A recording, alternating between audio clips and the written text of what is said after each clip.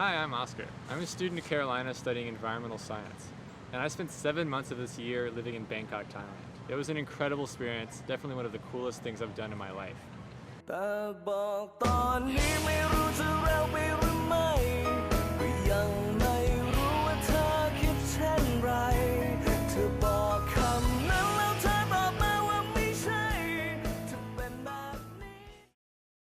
While I was there, I got to explore Thailand and the region around it, Myanmar, Cambodia, and even Vietnam.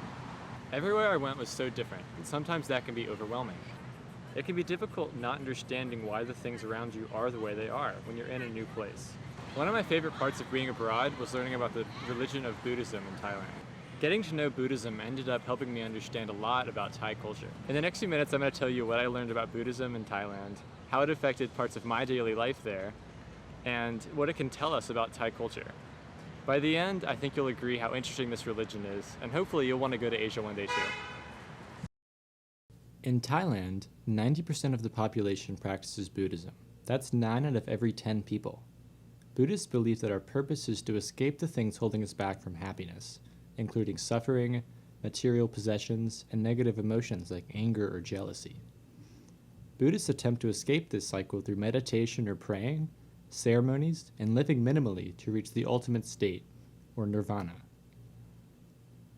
Buddhism has been extremely influential over history in Southeast Asia, and has led to the creation of enormous structures.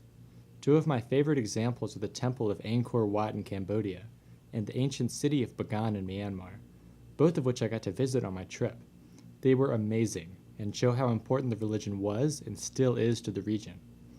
Today, the architecture and buildings in Thailand, the art, the government, and everyday interactions are still heavily influenced by Buddhism.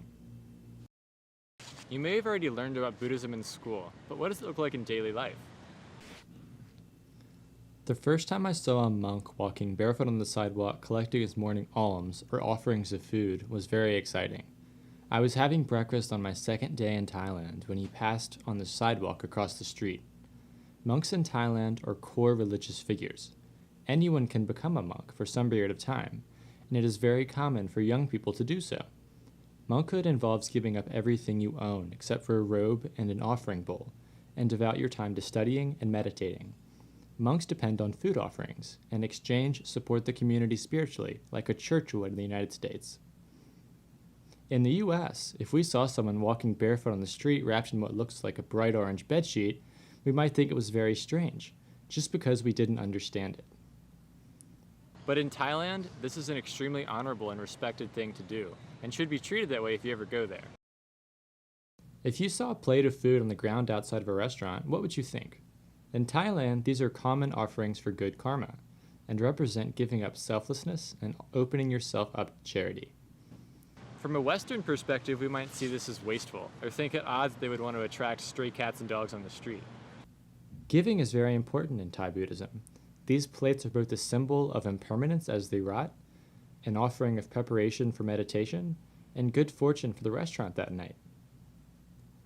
Some things about a foreign country may seem very strange to us from a Western perspective, but with an understanding of the culture behind them, it becomes much more clear. With these examples in mind, what do you think would stand out to a Thai person visiting your city for the first time? What would they think of our buildings or our churches? And what would you tell them about our culture to help them understand it? I hope this lesson has showed you how important it is to understand a religion before you react to it. I've shown you how religion can affect the building of huge structures and government buildings, and culture and art, and also small elements of daily life. Think about other factors that may influence a culture or a new country that you visit. Its history, its population, where it is in the world, its size. These can have a huge influence on why it is the way it is, and are important to learn about before you go there. I hope you enjoyed this video, and if you're still interested in Buddhism or Thailand or even Southeast Asia, you should talk to your teacher or go to the internet to learn more. And when you're old enough, like in college, you should definitely study abroad there. It's a really cool experience.